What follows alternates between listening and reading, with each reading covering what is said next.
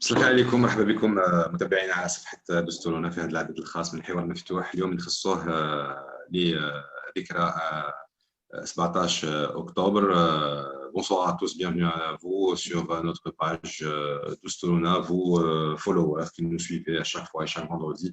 Bienvenue dans ce nouveau numéro des débats ouverts, aujourd'hui consacré à la commémoration des événements du 17 octobre.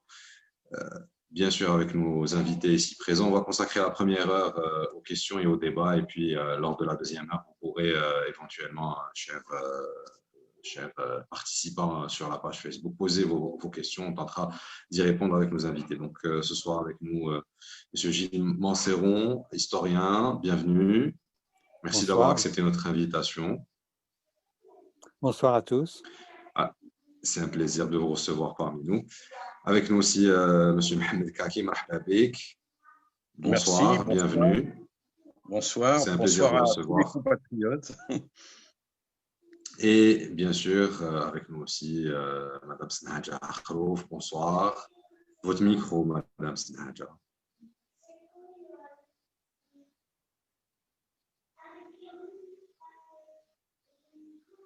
Allô? Madame Snadja, vous nous entendez? Votre micro, activez votre micro pour qu'on puisse vous entendre. Vous m'entendez?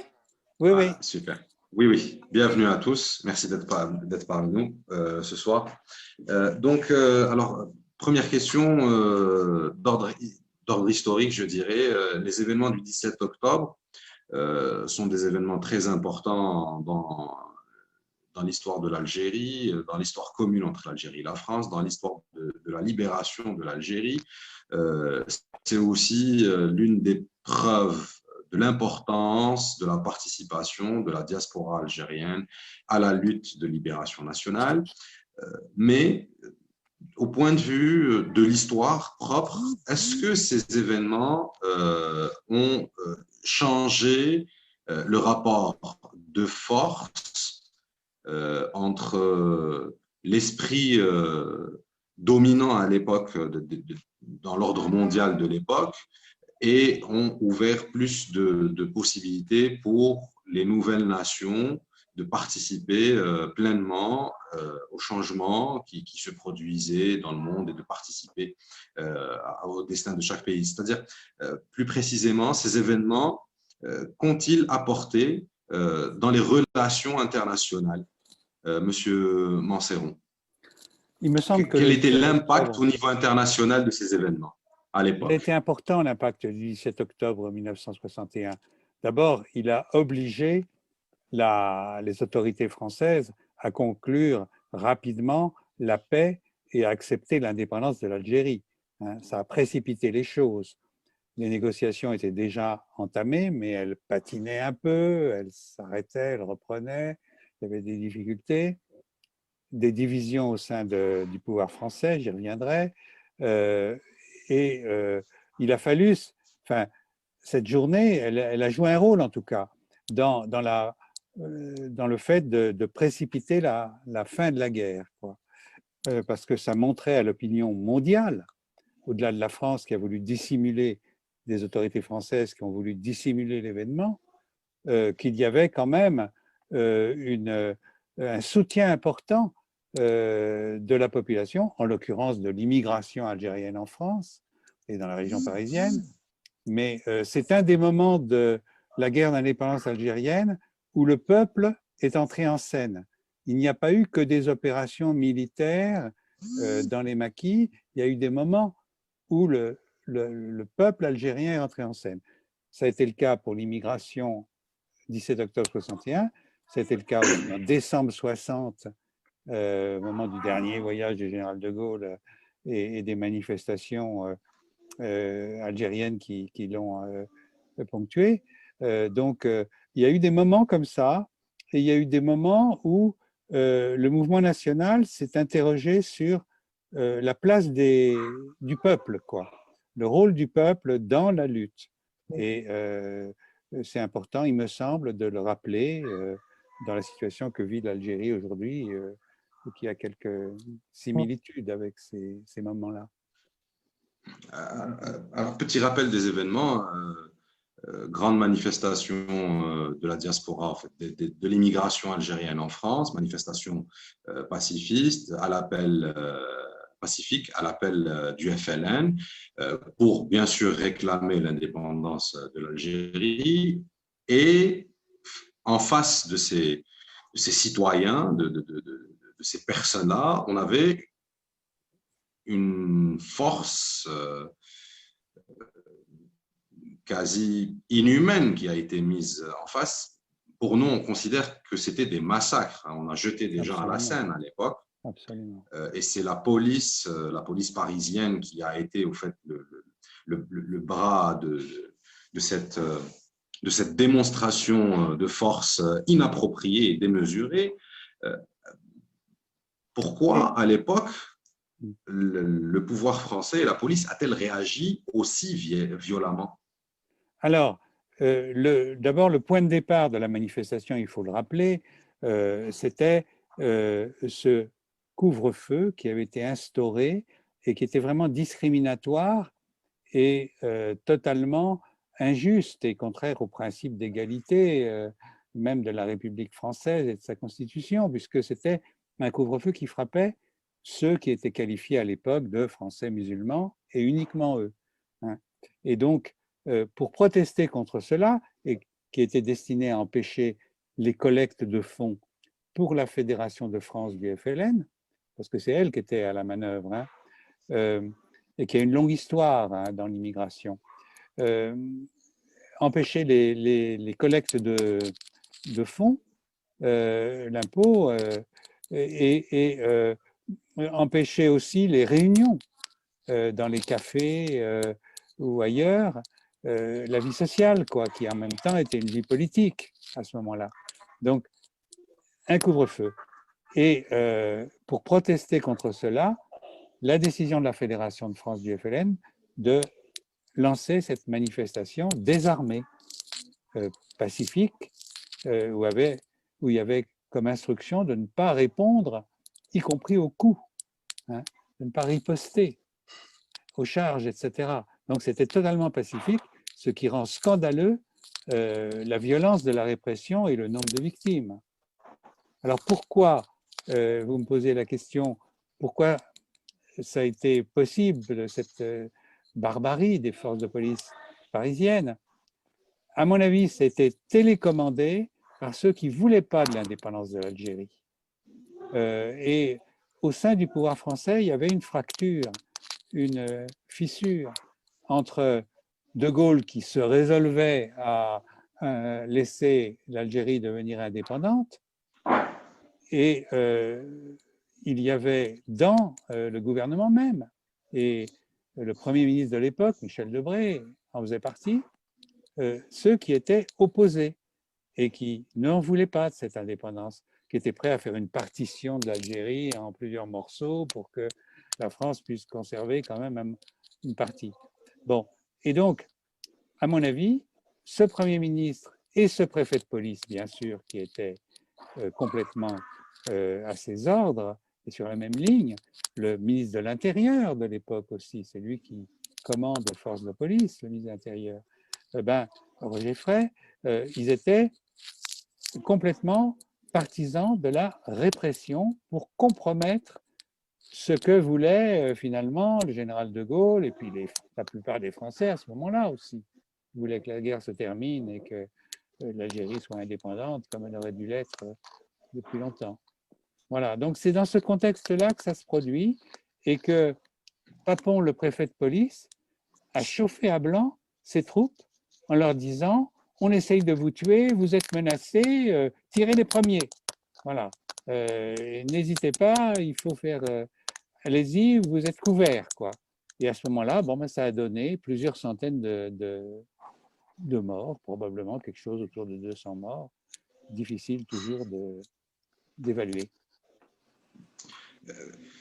Monsieur Kaki, à l'époque, cette démonstration, c'était aussi une démonstration de force du FLN, dans le sens où la capacité de mobilisation de la Fédération de France au niveau du territoire français, mais aussi en termes de discipline, puisque tous les militants qui avaient participé s'étaient tenus au mot d'ordre de ne pas riposter, de ne pas répondre aux provocations et qui sont restés très pacifiques malgré cette répression-là. Votre micro, monsieur Kaki. Votre micro. On ne vous entend toujours pas. Ah, voilà. C'est bon, là? Allô? Là, c'est bon. Là, on vous entend. Très bien. Moi, je pense qu'il faut revenir un peu en arrière. Il y a une tradition algérienne de combat et qui ne date pas du 17 octobre 61, puisque déjà en 1926, à Paris a été créée l'étoile nord-africaine. Et donc, par le fameux Messali Hadj, en 1937, elle a été d'ailleurs dissoute par le Front populaire. Et donc, le PPA s'est créé à Nanterre en 1937. Et donc, il y a une mémoire de combat qui est très lointaine. Mais concernant le 17 octobre 61, il faut dire une chose importante, c'est qu'effectivement, il y a eu ce couvre-feu, mais ce couvre-feu était un couvre-feu discriminatoire, raciste, contre les seuls Algériens. Et c'était un processus d'humiliation que les Algériens ne pouvaient pas accepter, et qu'effectivement, du jour au lendemain, on mettait en place quelque chose d'inacceptable, notamment dans la région parisienne. Et il faut dire les choses, ça a créé aussi des problèmes, y compris pour les patrons français. Vous savez que à chaque fois qu'ils attrapaient quelqu'un qui n'avait pas respecté le couvre-feu, et c'est normal, les Algériens, c'était qui à cette époque-là? C'était des travailleurs. Et donc, c'était des gens qui travaillaient dans des chantiers d'une banlieue à une autre, etc. Et forcément, à un moment donné, ils arrivaient en retard. Et ils arrivaient après le couvre-feu. Comme aujourd'hui, d'ailleurs. Par exemple, il suffit que quelqu'un se balade après 21 h, la police l'attrape. Sauf que là, il se passera, on ne va pas le tuer. Mais à l'époque, c'était difficile, terrible. Et concernant la répression, moi j'ai une lecture qui s'inspire d'un philosophe qui s'appelle Sidi Mohamed Barkat et qui a écrit un livre important qui s'appelle Le corps d'exception. Et le corps d'exception, si vous voulez, il dit une chose très très importante, c'est que pour la première fois, eh bien, on allait avoir une visibilité des indigènes dans l'espace parisien. Et donc, qui voulait quoi? Il voulait l'indépendance, la liberté, la fraternité, et il voulait surtout refuser cette discrimination qui leur avait été faite. Et donc, si vous voulez, vis-à-vis des gens qui étaient au pouvoir, dont Gilles Monstron vient de dire, notamment, parce que c'est un crime d'État. Ce n'est pas une histoire d'un préfet fou qui aurait débordé tout seul ou la police. Donc, nous avons ce préfet, effectivement, qu'il faut rappeler qu'il était préfet à Constantine auparavant, avant d'avoir sa promotion à Paris. Et donc, il était spécialiste, entre autres, de la torture, et que c'était quelqu'un de partisan de mater les Algériens, clairement. Roger Frey et effectivement Michel Debré n'étaient pas non plus des tendres.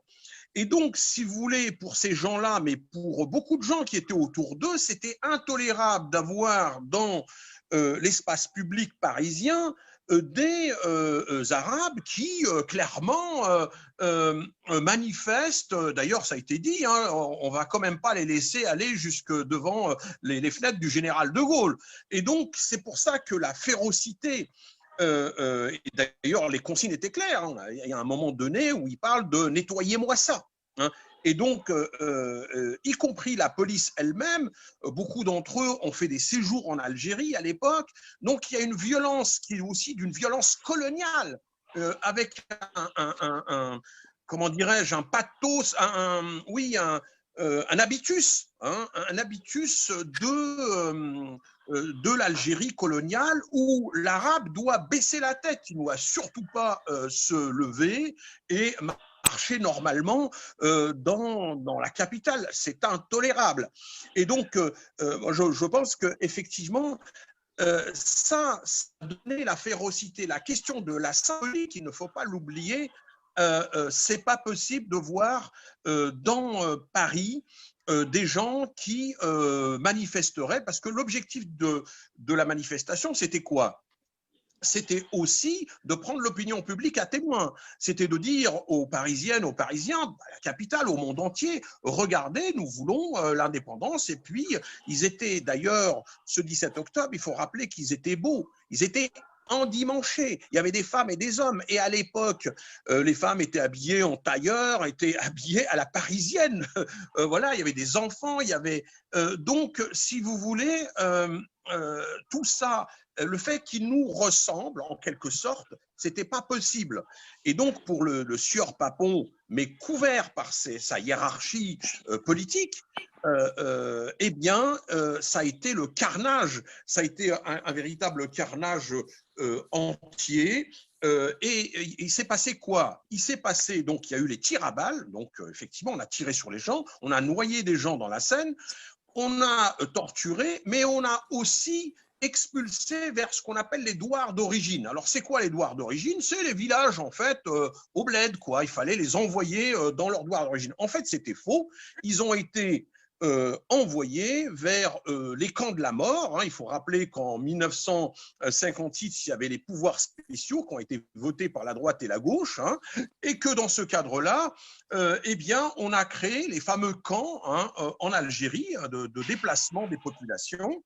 Et donc, ils ont été livrés, entre autres, à l'armée française en Algérie. Donc, la question du chiffre entre 200 et 300, aujourd'hui, on ne sait pas trop, parce que la question de l'accès aux archives et à toutes les archives se pose, bien évidemment. Mais c'est un vrai problème, parce qu'on ne parle pas des disparus, on ne parle pas de ceux qui ont été envoyés vers les douars dits d'origine, et tout ça a été, à mon avis, la férocité, c'était pour dire on va vous écraser une bonne fois pour toutes. Et à la fois, c'était un message pour la population, hein, mais aussi un message pour, évidemment, le FLN et tous ceux qui négociaient pour être en position de force. Il fallait que la France soit en position de force, bien évidemment. Donc, moi, je pense que cette histoire, elle est très complexe. Il faut vraiment qu'on la déconstruise. Et puis, il faut dire aussi qu'il y avait aussi des gens qui n'étaient pas d'accord avec tout ça. Ça aussi, c'est important à Paris. Et notamment, moi, en relisant un certain nombre d'ouvrages, je m'étais rendu compte qu'il y avait, par exemple, les entreprises se plaignaient.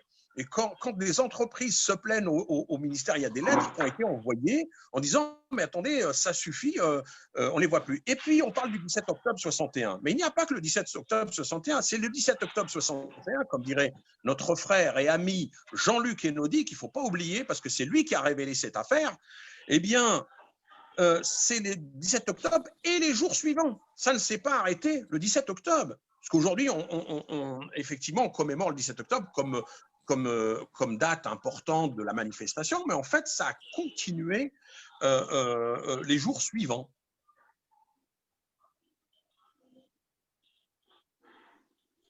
Oui, on parle bien des arrestations arbitraires, des disparitions et ainsi de suite. Hein. On parle de la violence qui a continué les journées suivantes. N'est-ce pas, M. Kaki? C'est ça, c'est bien cela. Oui, absolument. Il y a eu des tortures qui ont été… Et puis, il y avait aussi, il faut le dire aussi, autour de la police, il y avait ce qu'on appelle une équipe de supplétifs.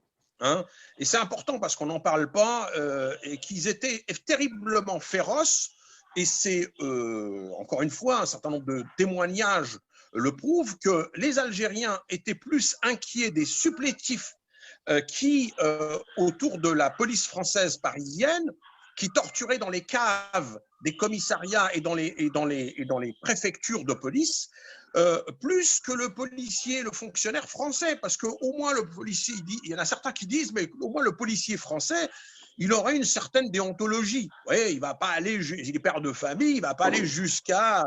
Donc le sale boulot, entre autres, a été fait par les supplétifs. Donc vous voyez la perversité du système, comment on délègue le sale travail, le sale boulot à des gens eh bien, dont on a créé les conditions de leur situation. Merci, M. Kaki. Madame Sahadja, à quel point ces événements ont-ils ont-ils marqué ou marquent encore la mémoire collective, aussi bien des Algériens d'Algérie, des Algériens établis à l'étranger, mais aussi dans leur rapport avec les autres communautés en France? Moi, enfin, pour être tout à fait honnête, le 17 octobre, je n'ai pas appris à Paris, mais je l'ai appris dans les livres en Algérie, puis j'ai fait ma scolarité en Algérie, mais il a eu un sens une fois que je suis arrivée à Paris. Et donc, ça fait à peu près 25 ans. Très vite, quand je suis arrivée, ça a été presque naturel de s'inscrire dans ce combat. À partir du moment où personnellement, mais je ne suis pas la seule, beaucoup de gens qui sont militants, qui sont arrivés en France, on s'est inscrit dans une lignée de militance, à savoir le 17 octobre, c'est quelque chose qui nous parlait, d'autant plus que ça ne concernait pas que les Algériens, il y a des amis marocains, tunisiens, évidemment français comme Gilles Mosran, comme Enodi, etc. C'est évident. Donc, ça a pris vraiment sens pour moi, pour ne pas dire pour les Algériens, parce que je pense que après ça dépend. Moi, je suis née après l'indépendance. Et en fait, aujourd'hui, il fait écho parce que Mohamed peut le témoigner, et encore plus Gilles. Il y a beaucoup d'Algériens des immigrés, ce qu'on appelle enfin moi le mot diaspora un peu, c'est les immigrés ou les enfants d'immigrés qui venaient le 17 octobre. Mais très peu les gens comme moi qui sont arrivés dans les années 90. Hein. C'est très très peu. Il y avait très peu de gens, tout simplement, comme je le disais, cette histoire, elle est plus présente en France. Maintenant, avec le Hirak, quelque part, le Hirak nous a appris à découvrir notre histoire, et notamment nous les immigrés. Pourquoi ça nous a appris, ça nous a poussé, pas moi, je le dis, les amis qui sont autour de cette table peuvent en témoigner, ça fait plus de 20 ans que je vais tous les 17 octobre. Mais pour beaucoup, soit jeunes, un peu moins jeunes, c'est de se dire, ben, on s'inscrit dans cette lignée de revendiquer une justice, qu'elle soit, évidemment, moi je me bats d'ailleurs au niveau des amis du Hirak pour ne pas renvoyer dos à dos la répression coloniale qui a fait des centaines de milliers, un peu plus d'un million, ça dépend des chiffres qui le dit, mais en tout cas des centaines de milliers de morts et une répression d'une dictature. Donc moi, je suis assez vigilante pour qu'on ne renvoie pas dos à dos, où on était les Algériens étaient des indigènes qui n'avaient pas le droit d'être citoyens, et aujourd'hui on est citoyens et on se bat. Mais l'esprit de justice et de se battre pour une justice, il est le même. Hier, c'était le colonialisme, aujourd'hui, c'est la dictature, et c'est comme ça que de plus en plus, l'année dernière, il y a eu beaucoup de monde de cette génération, donc l'immigration des années 90 et la dernière immigration, il y a eu beaucoup plus de monde que d'habitude.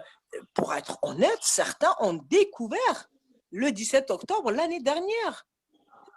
Parce que dans l'histoire, comme on s'est enseigné en Algérie, il faut revoir, même si on est fier de notre histoire, mais c'est tellement galvaudé, c'est tellement, enfin, c'est que les gens font passer ça à la trappe. Et puis beaucoup de gens, malheureusement, qui ont vécu une deuxième guerre, à savoir la guerre des années 90, où il y a eu quand même des centaines de morts, voire 200 000 morts. Et quelque part, c'est celle-là qui leur parle. C'est celle-là qui leur parle. Et aujourd'hui, de dire que nous sommes contre l'injustice de ce pouvoir, pas pour le principe d'être contre, pas pour le principe de le déstabiliser, pas pour le principe, mais pour le principe, pour une justice, pour les gens qui sont morts pendant la guerre de libération. Moi, j'ai un frère qui est mort à l'âge de 19 ans. Mon père a été torturé en 45. C'était un des dirigeants du 8 mai 45 à Borj Bouararij. Donc, toutes ces personnes, toutes les familles ont quelqu'un qui a subi le colonialisme. C'est pas pour qu'aujourd'hui, on se fait emprisonner parce qu'on dénonce un État ou on fait un papier ou on manifeste ou on prend un emblème ou on parle une langue, qu'on se fait emprisonner. Tous ces gens qui sont morts pour qu'il y ait un bien-être, pour qu'il y ait une justice sociale. Et du coup, on se réapproprie notre histoire et on dit aujourd'hui que le FLN de 62, enfin de 54-62, malheureusement, c'est pas celui de 2020, et il n'a pas le monopole de l'histoire de l'Algérie. Et c'est dans ce sens que demain, le Hirak à Paris appelle au rassemblement toute la journée sur la place de Saint-Michel. Merci pour ce rappel. Donc, professeur Montserron, on soulève là, à travers ce petit débat, la question des chiffres, la question de savoir combien de personnes réellement ont été déportés ou ont trouvé la mort ce jour-là, ce qui nous ramène encore une fois à cette question des archives de cette période coloniale et des archives de cette histoire commune entre l'Algérie et la France. Rappelons aussi que par rapport aux événements d'octobre, au massacre d'octobre, du 17 octobre, la France a reconnu à demi-mot depuis très peu ses erreurs. Et ça reste quand même très difficile aujourd'hui de pouvoir en parler de manière sereine, de pouvoir mettre sur la table ce type de dossier. Et à chaque fois, on revient à cette question lancinante des archives. Atman est parmi nous, Atman nous a rejoint, je n'avais pas fait Atman, excuse-moi. Donc, pourquoi, à ce jour, après 60 ans d'indépendance, on en est encore à cette question des archives qui restent aussi sensibles? La société française est un peu à la croisée des chemins, si je puis dire. Il y a plusieurs polarités en son sein. Il y a ceux qui demandent de la justice, et parmi les jeunes, ils sont de plus en plus nombreux, quelle que soit leur origine. Hein. Pour eux, l'égalité, c'est pas un mot, ça doit être une réalité aussi. Donc, ils sont choqués par l'histoire de la colonisation et tout ce qu'ils apprennent. Donc, il y a une partie de la France qui demande la vérité. Et il y a une partie de la France qui n'en veut pas de la vérité, qui continue à être dans le déni, dans le mensonge. On l'a vu à propos d'un épisode qui a beaucoup frappé l'opinion française parce qu'il s'agissait d'un Algérien d'origine européenne au moment de la guerre d'indépendance, Maurice Audin. Et il y a eu à ce moment-là un geste du président, actuel président de la République française, Emmanuel Macron, qui a rendu visite à la veuve de Maurice Audin et qui lui a dit oui, il a été tué par des soldats français. Alors que pendant 50 ans, la France avait menti à son sujet, avait dissimulé ses crimes. Bon. Et à ce moment-là, un certain nombre de gens ont dit bravo, de dire la vérité, de reconnaître des crimes. Et puis d'autres ont dit, oh là là, non, n'ouvrez pas les archives, ne reconnaissez pas, ne mettez pas un doigt dans la reconnaissance parce qu'on va être obligé de dire qu'on a ordonné la torture contre les prisonniers ou leur élimination physique après qu'ils aient été faits prisonniers. Donc, la vérité sur cette colonisation et cette guerre, elle est demandée par certains et elle est niée par d'autres, elle est refusée par d'autres. Voilà. D'où le problème des archives. Vous me posez le problème, la question au sujet des archives. Il y a une bataille actuellement en France entre les historiens, de plus en plus nombreux, en particulier des jeunes chercheurs qui demandent à pouvoir travailler sur le passé et donc de consulter les documents, et d'autres citoyens. Je parlais tout à l'heure de l'association, enfin, du cas de Maurice Audin. Il y a une association, Josette et Maurice Audin, qui s'est constituée pour poursuivre leur combat.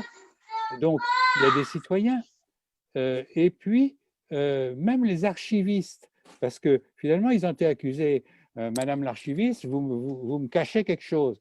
Alors, ils ont voulu bien dire que ce n'était pas eux, ce n'était pas de leur fait que des choses n'étaient pas communicables, c'était les ordres qui venaient d'en haut qui leur imposaient de ne pas les communiquer. Alors, les archivistes se sont mis dans cette bataille, l'Association des archivistes français, l'Association des historiens et beaucoup d'historiens à titre personnel, et puis des citoyens tels que ceux qu'il y a dans cette association, Josette et Maurice Audin, et d'autres, donc qui ont dit on veut l'ouverture des archives, on veut savoir ce qui s'est passé dans cette page de notre passé. Alors ça ne veut pas dire que toutes les pages du passé de la France sont du même niveau, hein. C'est une longue histoire. Et il y a des moments dont on peut être plus fier que d'autres. Mais là, vraiment, il faut qu'on dise la vérité, d'où la bataille sur les archives qui est en cours.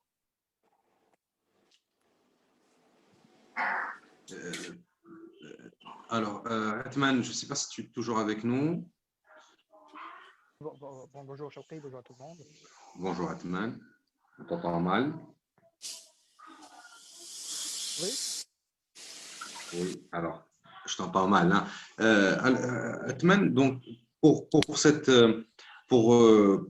la génération de l'indépendance, cette troisième génération post-indépendance, aujourd'hui, cette question de relation à l'histoire, de relation aux grands événements qui ont marqué notamment l'histoire de la libération de l'Algérie, devient de plus en plus présente. Mais est-ce que pour autant nous la prenons avec sérénité, à ton avis?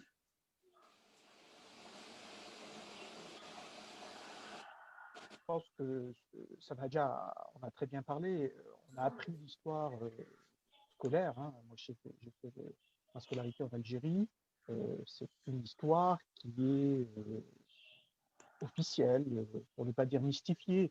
Et quand on lit des ouvrages historiens, je pense qu'il y en aura encore beaucoup d'autres, on découvre une autre histoire. Et c'est vrai que le rapport aujourd'hui à la mémoire est fondamental. D'abord parce que je pense que chacun doit regarder son passé avec lucidité et sérénité. L'histoire, on est avec la présence d'un éminent historien, donc on sait bien l'utilité de l'histoire. L'histoire permet d'en tirer des leçons, de comprendre, de ne pas répéter les erreurs.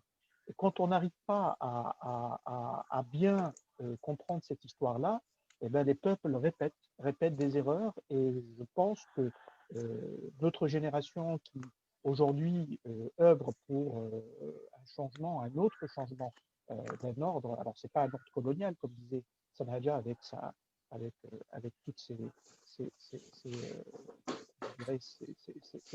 injustices, mais c'est quand même un ordre autoritaire et dictatorial qui, par certains égards, reproduit des méthodes. Hein. Nous avons parlé de répression, c'est pas le même type de répression, c'est quand même une répression très insidieuse qui cible un certain nombre d'activistes. Nous avons parlé de la réponse des citoyens algériens à cette répression au 17 octobre, nous sommes le 17 octobre 1961, c'était déjà la Silmia. Donc, il y a des éléments que nous retrouvons aujourd'hui dans l'action de la résistance des Algériens qui est l'émanation d'une histoire de résistance. Une histoire très très vieille de la résistance des Algériens face à des injustices pour réclamer des libertés, pour réclamer des droits, etc.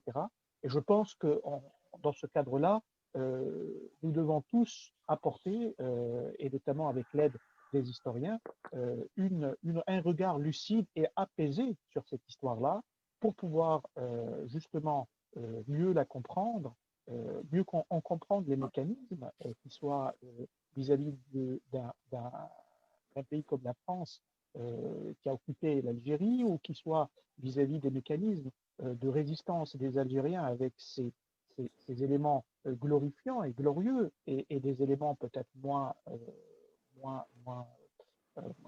jolis à voir. Hein. Bon, c'est toujours une guerre. Hein. Et donc, on a un devoir de travailler sur cette mémoire-là, et non seulement un devoir de vérité, mais un devoir de transmission. Il faut que justement cette histoire-là soit transmise aux jeunes générations. Je pense que notre ami Mohamed Kaki fait un excellent travail à Nanterre avec son association Orange de transmission de cette mémoire. Il en parlera beaucoup mieux que moi.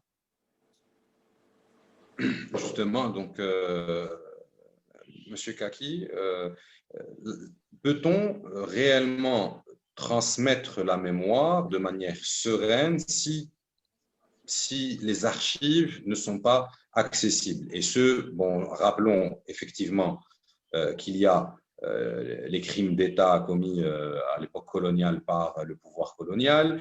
Rappelons aussi les crimes contre l'humanité de cette époque-là, de cette période-là, les camps de concentration. Mais aussi, il y a aujourd'hui des voix qui s'élèvent pour parler des exactions ou des dépassements commis par les combattants du FLN ou le FLN. Certains aujourd'hui disent que l'appel aux marches du 17 octobre allait finir en bain de sang, et tout le monde le savait, et c'était voulu. On voulait faire au fait un coup médiatique, et on a fait exprès de laisser les gens aller vers le bain de sang, les laisser mourir en quelque sorte. Il y a des doigts accusateurs qui pointent les anciennes décisions du Front de Libération Nationale à cette époque-là. Ça a été dit. Transmettre l'histoire, faire le travail de mémoire, mais dans la sérénité. Alors, sur l'initiative d'appeler à la manifestation de la part de la Fédération de France du FLN, il a été dit que c'était dans une stratégie de surenchère, etc. Pour avoir étudié cette période, et j'en ai discuté avec des collègues, notamment mon collègue Mohamed Harbi, qui a été un acteur de cette histoire et qui en est devenu professeur d'université ensuite, un de ceux qui l'a plus étudié, eh bien, c'est la conclusion que je tire. Ça a été dit, ça a été écrit, mais en fait, il y a eu une provocation. En l'occurrence, ce n'est pas pour faire une histoire simpliste et ne pas parler de crimes commis. Il y a eu des crimes commis dans les maquis de l'Algérie indépendante. Donc, ce n'est pas pour éluder cet aspect de l'histoire, mais en l'occurrence, autour du 17 octobre, la Fédération de France du FLN et l'immigration algérienne étaient victimes d'agressions répétées de ce clan jusqu'au boutiste au sein de la police parisienne, qui commandait la police parisienne et même à la tête du gouvernement. Et ils ont été, au contraire, amenés à freiner la volonté de riposte. On se fait assassiner, on va riposter. On sort les fusils, on sort les pistolets, disaient un certain nombre de militants. Et non, calmez-vous, on va manifester sans armes. Donc, la Fédération de France du FLN a plutôt calmé le jeu et a a pris la décision d'une manifestation politique, hein, qui est un acte de démonstration non armé. Et voilà. Et donc, je crois qu'il faut faire attention là-dessus. Bon, ça a été vraiment un grand moment d'un combat politique, comme il y en a eu à certains autres moments de l'histoire de l'indépendance, et comme peut-être le Irak avec son mot d'ordre de non-violence, de non-agressivité, renoue peut-être. Merci pour cette précision, monsieur professeur Monceron. Et j'en reviens à vous, monsieur Kaki. Donc, qu'en est-il de ce travail sur la mémoire, sur la transmission de la mémoire, mais de manière sereine, si toutefois on ne peut pas accéder aux archives? Écoutez, besoin d'attendre les archives pour travailler, justement parce qu'il n'y a pas d'archives qu'il faut combattre, parce qu'il y a peu d'archives et il faut combattre pour les avoir. Et c'était ça l'idée, c'est que cette affaire du 17 octobre 61, c'est comme un secret de famille. En fait, c'est caché, on ne sait pas trop à la base, au départ. Il y a eu un certain nombre de gens qui ont fait des recherches, bon, dont Jean-Luc Kennedy, mais avant lui, il y en a eu bien d'autres. Et d'ailleurs, il y en a eu un dont le livre a été interdit et le film a été interdit. Je crois que c'est Paginel. Panigel. Ouais, Paginel. Panigel, voilà. Et donc, vous voyez, c'est une très longue histoire de cette histoire de la connaissance de la vérité. Mais en fait, ce qu'il faut dire, c'est que les Français héritiers de l'immigration algérienne sont fiers de cette histoire du 17 octobre 61. Pour moi, elle est un point, un marqueur, si vous voulez, de l'insoumission. Nos parents n'ont pas voulu se soumettre à ce couvre-feu. Et donc, ils ont été courageux pour aller à la manifestation. Et d'ailleurs, les directives du FLN de l'époque, parce que le FLN de l'époque, ce n'est pas le FLN d'après, le FLN de l'époque, et notamment le FLN de la région parisienne et de France, la Fédération de France, on verra sa spécificité. Il faut savoir qu'il y a eu une méfiance du FLN de France par rapport aux autres organisations en Algérie. Bon, ça c'est très clair.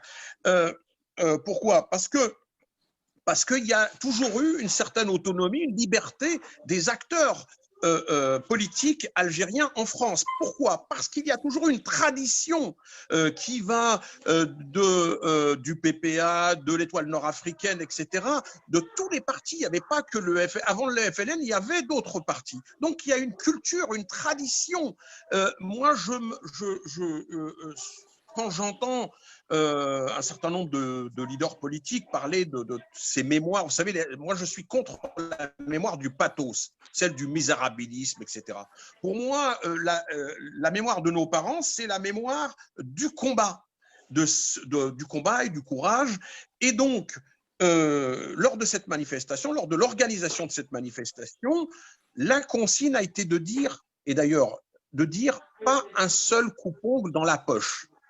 Ça veut dire que c'est une manifestation pacifique, totalement pacifique, et on devait montrer à l'opinion publique, je dirais, l'idée. D'ailleurs, l'idée, c'était d'avoir l'opinion publique avec soi. Donc, vous imaginez que les gens n'allaient pas s'armer, voilà. Et donc, l'héritage qu'on a, c'est l'héritage de la fierté, de la transmission. Et pour revenir tout à l'heure, vous avez dit quelque chose d'important sur cette reconnaissance, etc. Moi, je ne suis pas d'accord avec, parce qu'on fait allusion au président François Hollande. En fait, François Hollande, il a fait les choses à moitié. Il a fait un communiqué qu'on a appelé, nous, un communiqué laconique, c'est-à-dire qu'il ne désigne pas clairement les victimes, ceux qui ont assassiné nos parents, etc. C'est quelque chose en fait, qui a été fait comme ça, mais c'était une première marche, on va dire. Hein. Il aurait pu aller beaucoup plus loin, il ne l'a pas été. Enfin, si vous parlez de la question de la transmission des Français héritiers de l'immigration coloniale, c'est-à-dire nous, ici, et on a une double problématique, c'est que d'abord, nous, vous savez, l'État algérien, depuis très longtemps, a abandonné l'immigration algérienne en France. Hein. Très clairement, on est livré à nous-mêmes depuis toujours. Je veux dire, moi, je vais vous donner une anecdote très claire, puisqu'il faut parler de manière très claire. J'ai monté une pièce de théâtre qui s'appelle La pomme et le couteau, sur le 17 octobre 1961. Notre association a été la seule à le monter, c'est inédit en France. Eh bien, j'ai été invité partout dans les établissements culturels en France, hein, par des amis, etc., dans toute l'Île-de-France. Le centre culturel algérien ne nous a pas invités, rendez-vous compte. Et il a fallu que je parle à la radio parce qu'une journaliste m'a dit « Mais monsieur Kaki, est-ce que vous êtes invité par le centre culturel algérien ?» Je dis « Je suis désolé, je ne suis pas invité. » Donc, vous voyez, et c'est à ce moment-là qu'on m'a passé un coup de fil parce qu'effectivement, ils ont vu que c'était chouma. Ils ont eu la honte. Comment ça, le 17 octobre 1900, les 50 ans du 17 octobre 61, un Algérien, un Français héritier de l'immigration algérienne, franco-algérien, qui fait une initiative importante de pédagogie, d'action culturelle, etc., n'est pas invité. Donc, nous avons un problème nous-mêmes avec nos structures ici en France. C'est-à-dire, à quoi sert le centre culturel algérien? On ne sait pas. Et donc, il y a une très belle salle, on ne nous invite pas. C'est quand même scandaleux. Mais ça prouve quoi? Ça prouve, si vous voulez, le mépris de ces gens qui ne nous considèrent pas comme Algériens, en fin de compte. Hein. C'est pour ça que je parle d'abandon, hein, d'abandon total. Et donc, nous sommes toujours débrouillés sans eux. C'est pourquoi, d'ailleurs, nous avons créé nos associations. On n'a pas besoin d'eux maintenant. Et donc, on a fait du théâtre, on fait nos colloques. En fait, le travail de transmission, on le fait tout seul, sans moyens. Il faut le rappeler, sans aucune aide, mais même le SMIC de l'aide, c'est-à-dire que n'existe pas. Et donc ça, c'est un problème. Alors après, Gilles Monceron parlait tout à l'heure de la question que les jeunes demandaient de plus en plus d'égalité. Moi, je suis totalement d'accord. Et d'ailleurs, liberté, égalité, qu'il y a un certain nombre de gens qui ne veulent pas dans cette société. Eh bien, moi, je voudrais dire une chose. Toute l'histoire de France, c'est basé sur un paradigme clair. La liberté, ça ne se donne pas, ça s'arrache. Et donc, comme en Algérie avec le Hirak, ça ne se donne pas, ça s'arrache. Si M. Bouteflika est parti, c'est parce que le peuple algérien, eh bien, il s'est élevé et aujourd'hui, il a dit stop, ça suffit, là, c'est trop, on ne peut plus respirer. Et donc, c'est pour ça qu'on a aujourd'hui, et je suis étonné de cette discussion parce que je n'avais pas envie de parler de l'Algérie, ni du Hirak, ni de quoi que ce soit, mais je vois qu'il y a des interactions au sens goffmanien du terme. Et moi, je pense à une chose, je m'inspire d'un philosophe qui s'appelle John Dewey, qui est un Américain qui est mort en 1953. Eh bien, cet homme dit deux choses importantes. Les deux choses qui sont importantes, c'est l'action et l'expérience de vie qu'on a avec les uns et les autres. Et donc, c'est ça qui consolide nos liens et c'est ça qui fait qu'on peut s'autoriser ce qu'on ne nous autorise pas. Merci pour tous ces rappels, M. Kaki. Madame Senhadja, puisqu'on en est à parler de la tradition de lutte partisane politique algérienne en France, donc on a très bien rappelé hein, la création de l'Étoile nord-africaine, puis par la suite du PPA. Est-ce qu'aujourd'hui, on voit bien, hein, chaque dimanche, on voit la communauté algérienne qui sort manifester pour le Hirak, mais est-ce que cette tradition existe encore? Est-ce que la communauté algérienne réellement travaille dans cet esprit partisan, dans cet esprit de comment dire, d'héritier de ce passé de militants et de combattants pour la liberté? Moi, j'ai envie de dire la communauté algérienne en tant que telle, elle n'existe pas. Je veux dire, Mohamed et moi, on est algériens de père et de mère, mais on n'est pas algérien de la même manière en France. Lui, je crois qu'il est arrivé à l'âge de quel âge? 6 mois ou 6 ans, Mohamed? Je ne me rappelle plus. Non. Ah Oui, mais c'est pas du tout la Allô? même histoire. Oui, on m'entend? Oui, Donc, oui. il y a plusieurs, il Oui, y a oui. plusieurs communautés algériennes. Et d'ailleurs, souvent, on se pose la question pourquoi les beurs ne sont pas dans les manifs, ne sont pas. Mais moi, je rejoins tout à fait ce qu'il vient de dire Mohamed, hein. Non seulement ils ont été exclus, marginalisés par le pouvoir français, mais l'Algérie n'a rien fait. N'a rien fait pour. Il n'y a aucune facilité, il n'y a pas de facilité par exemple, Mohamed, il se produit, et ben, il va plus jouer plus facilement à Stein, au centre culturel de Stein ou de la Courneuve que le centre culturel algérien. Donc, il n'y a pas de reconnaissance officiellement parlant déjà, officiellement parlant. Et ensuite, il y a eu cette immigration de la mienne, qui est l'immigration des années 90, qui est arrivée pour des raisons, entre parenthèses, plus intellectuelles qu'économiques, même s'il y a certains qui sont arrivés pour des raisons économiques, ce qu'on appelle les haragas. Et quelque part, il y a eu un mépris de cette classe par rapport aux immigrés. D'ailleurs, aujourd'hui, ils n'aiment pas quand on leur dit des immigrés. Ils préfèrent le mot diaspora. Ça en dit long de cette division qui a été effectivement déjà posée par autant des colons, les Kabyles, les machins, etc., et qui a été encore reproduite après l'indépendance. Donc, on arrive juste, je rectifie pour dire, il n'y a pas une communauté algérienne, il y a des Algériens. Alors, il y a des Algériens qui, Mohamed, je me fous un peu de lui, on a travaillé ensemble, et des fois, moi, il y a des choses que je ne maîtrisais pas parce que je venais d'arriver en France, les codes, etc. Et inversement, certains codes de là-bas, ils ne les connaissaient pas. Donc, mais il n'y a rien qui a été fait. Je ne parle même pas de la France, je parle par exemple, de faciliter l'espace à ces jeunes. Mais enfin, j'ai envie de dire à Mohamed, rassure-toi, enfin, si ça peut te rassurer, mais même nous, ce n'est pas ouvert pour nous. Ce n'est pas ouvert pour nous. Le centre culturel algérien, il est dans le 15e. Il y a très peu d'Algériens dans le 15e. Il aurait été mieux sans populisme aucun. Mais bon, là, ils ont eu l'idée de le faire, le consulat à Nation, de se rapprocher du peuple. Mais ça, c'est le cadet de leurs soucis, hein. Donc, après, là, les Algériens qui sont dans le Hirak continuent tous les dimanches, on est sur la place de la République. Et ce qui est bien, c'est qu'aujourd'hui, on a des débats. Et bien, le débat sur le 17 octobre, on l'a cette année. L'année dernière, timidement, on a juste appelé, je me rappelle, parce que moi, je suis dans les collectifs 17 octobre, donc j'ai lancé l'information. Et je le dis, il y a très peu de gens, il y en a, hein, je ne vais pas dire on est 10 ou 15, on était souvent, les Algériens de là-bas, une centaine. Mais par rapport à la grande manif de 2012, hein, rappelez-moi, les amis. 2011.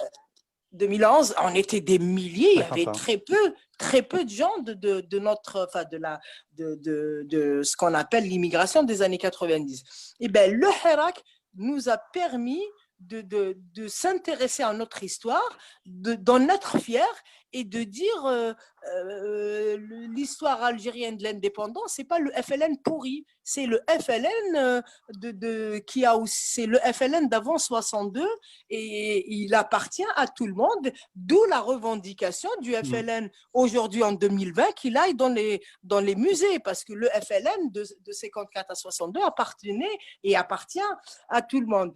Moi, je vais juste finir pour dire que c'est très bien parce que là, ça fait une semaine qu'on en débat, donc mais je vous assure, il y a des jeunes de 35, de 30 ans qui, le 17 octobre, ne leur parlent même pas. Pourquoi? Parce que, comme je l'ai dit tout à l'heure, l'histoire en Algérie, enfin, excusez-moi, j'allais parler en arabe, ça c'est l'habitude. Ils nous enseignaient l'histoire, ça c'est comme dit l'autre, comme que tu bois de la soupe, quoi. Il faut que tu apprennes, mais sans... par exemple, moi j'ai été de la génération où c'était interdit de parler de Messa Hadj en classe.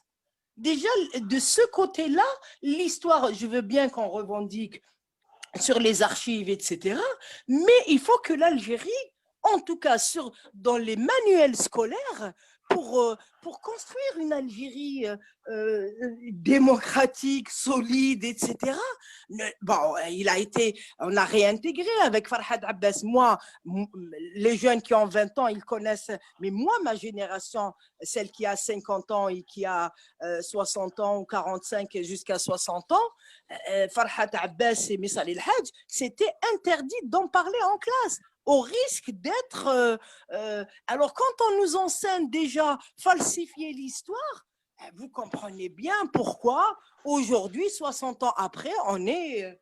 excusez-moi, je n'ai pas envie d'utiliser un mot pas déplacé, mais on est dans ce gros merdier, voilà.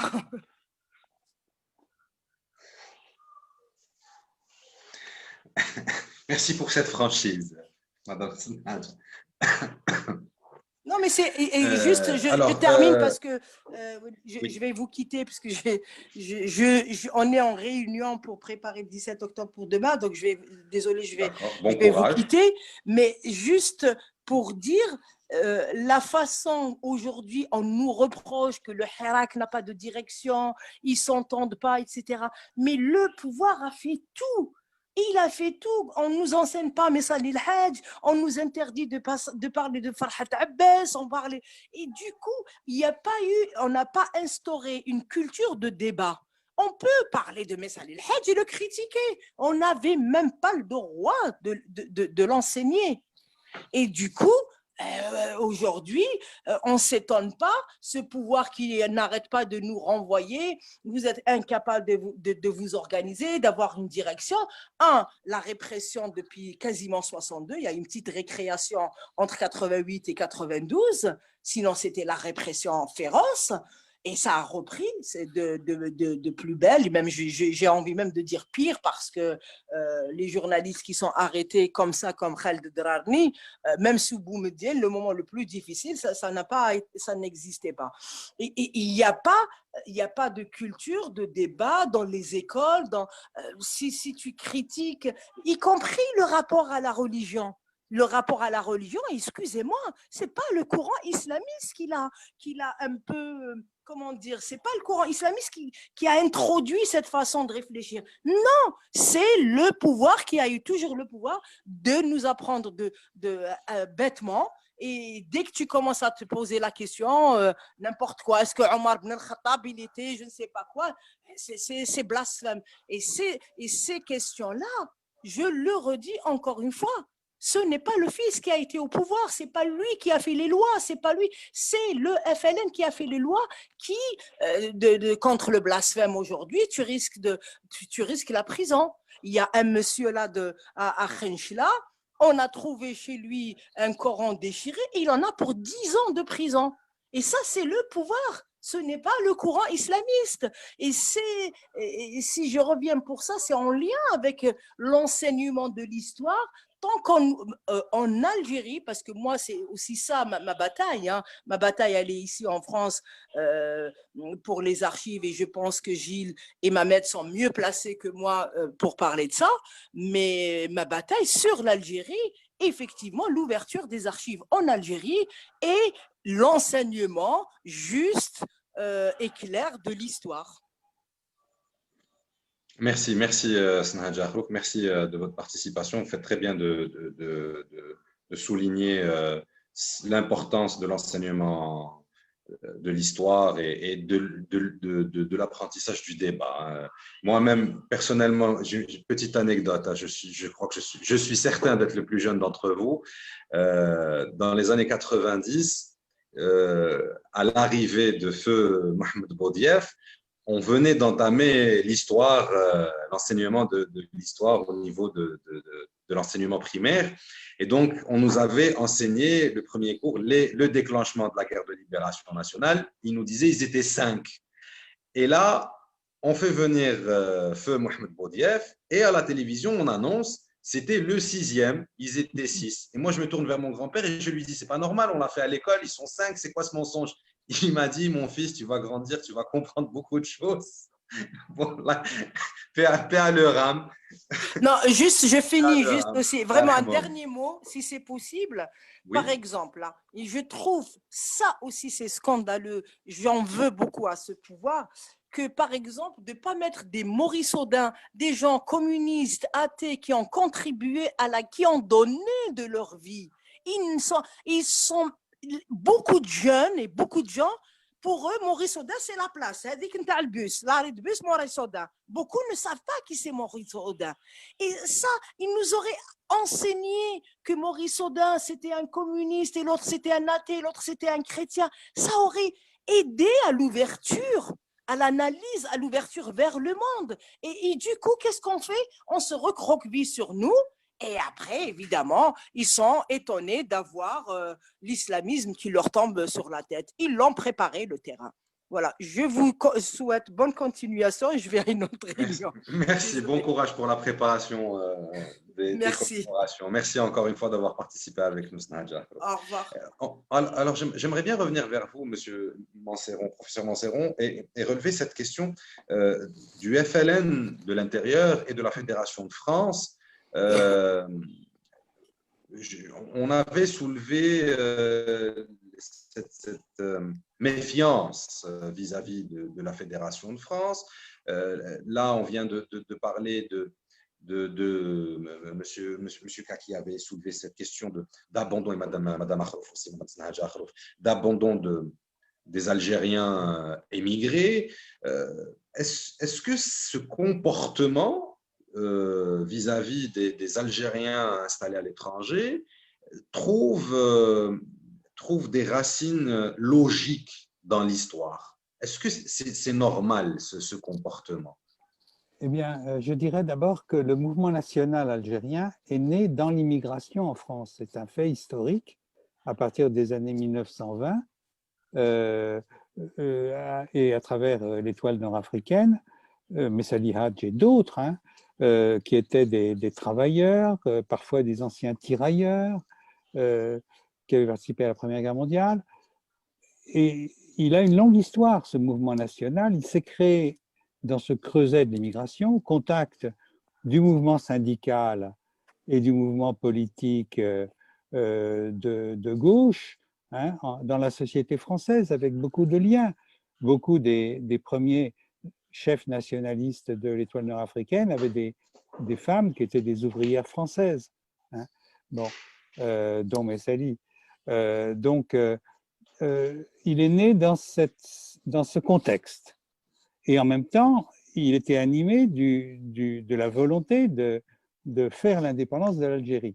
Et donc, il y a un transfert qui se perd un peu avant la Seconde Guerre mondiale, vers 38-39, où beaucoup reviennent en Algérie et développent le mouvement qui va se poursuivre ensuite.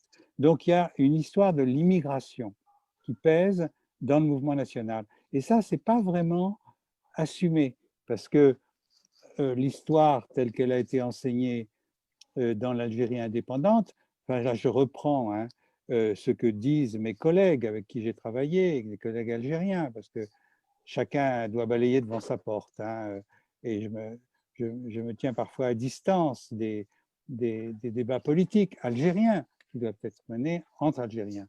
Mais sur l'enseignement, des collègues algériens disent on a réduit le mouvement national à la période 54-62, alors qu'il a existé bien plus tôt, il y a une trentaine d'années auparavant, avant 54, de mouvement national. Donc, ça fausse un peu les choses et ça dévalorise le rôle de l'immigration algérienne, de l'émigration algérienne, comme on voudra, qui a été important dans le mouvement national. Donc, le 17 octobre, il est un peu un symptôme enfin, de cette manière de ne pas reconnaître le combat de l'émigration. Et la Fédération de France, c'est elle qui a récolté quand même le maximum d'argent qui permettait à l'Algérie de payer le GPRA et les instances du FLN et de la LN avant qu'elle n'ait que l'Algérie ait son indépendance. Donc, la Fédération de France a joué un rôle important. Et alors, et je terminerai là-dessus, en 1962, il y a une crise politique. Il y en a eu d'autres dans le mouvement national, et c'est normal qu'il y ait des crises politiques. Mais en 1962, au moment de l'indépendance, il y a plusieurs courants qui se dessinent. Il y a d'abord des instances du GPRA, avec Ben Youssef Ben Reda, hein, qui avait succédé à Bekrat Abbas, à la tête du GPRA, qui était donc la légitimité. Et puis il y en a d'autres qui ont voulu dire non, non, ce n'est pas les bons, on va se mettre à leur place. Et ça a été la première crise politique de l'Algérie indépendante. Elle était à peine devenue indépendante, elle a sa première crise politique. Et il y a eu la tension entre l'armée des frontières, Ouari Boumedienne. Ben Bella a choisi de se rallier à Boumedienne. Ça n'a pas duré longtemps, puisque en 1965, il a été écarté du pouvoir. Donc, une crise politique en 1962 où la Fédération de France était contre le fait que ce soit l'armée qui prenne le pouvoir, même si elle n'était pas la seule, en 1962 surtout. Elle avait des alliés politiques et maquisards aussi. Mais la Fédération de France était contre, était pour le GPRA, pour des raisons de principe, de légitimité institutionnelle en quelque sorte, et de méfiance vis-à-vis des militaires, enfin du rôle politique que pourraient jouer les militaires dans l'avenir du pays. Donc c'était assez lucide, et on leur en a voulu, si je puis dire. Le pouvoir a minoré l'événement du 17 octobre, dû à la Fédération de France du FLN, à cause de cela. Et il y a même un épisode qui le montre. Il y avait un ouvrage qui était prévu à l'été 62 sur le 17 octobre, chez un éditeur français, François Maspero, qui était le principal éditeur anticolonialiste, et il a été bloqué. Il a été bloqué, à mon avis, sous la double influence du pouvoir français, qui ne voulait pas parler de cet événement, et du pouvoir algérien, qui ne tenait pas à ce qu'on montre le rôle héroïque et le rôle important de la Fédération de France, du FLN et de l'immigration algérienne en France. Donc il y a une tension et une mauvaise reconnaissance, une difficulté à reconnaître la journée de l'immigration en Algérie. Elle a été décrétée en 88, donc c'est lent aussi, hein. Et ça a été décrété pour le 17 octobre, sans vraiment restituer toute l'histoire, mais c'est pas grave, c'était un hommage à l'immigration, à l'émigration, et c'était très tardif.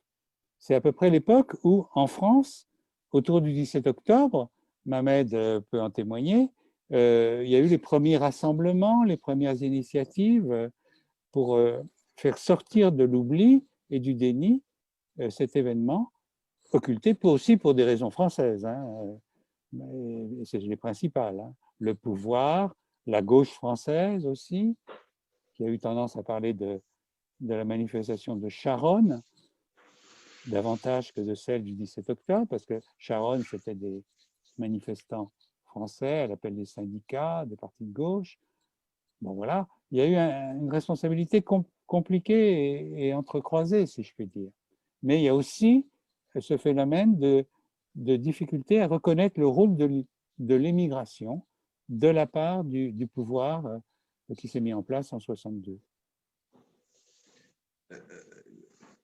Monsieur Kaki, selon vous, pourquoi il y a autant de difficultés à reconnaître l'apport de l'immigration à la lutte de libération et aussi l'apport de l'immigration aux différentes luttes et à la construction nationale à ce jour? Votre micro.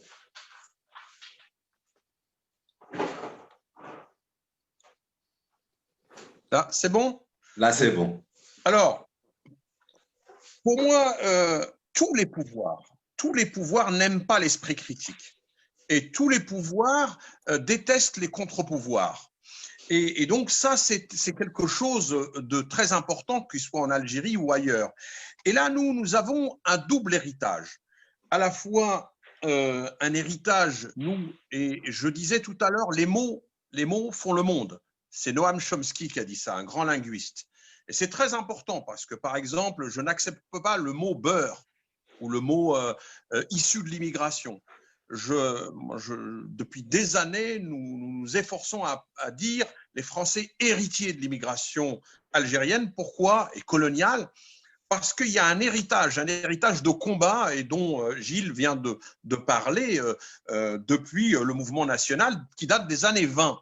Et c'est important, cette culture qu'on a eue en France ici, aux côtés du mouvement ouvrier, aux côtés de tous ceux qui luttent et qui combattent et qui n'ont pas toujours été tendres avec nous non plus, parce qu'on n'était pas tout à fait des égaux.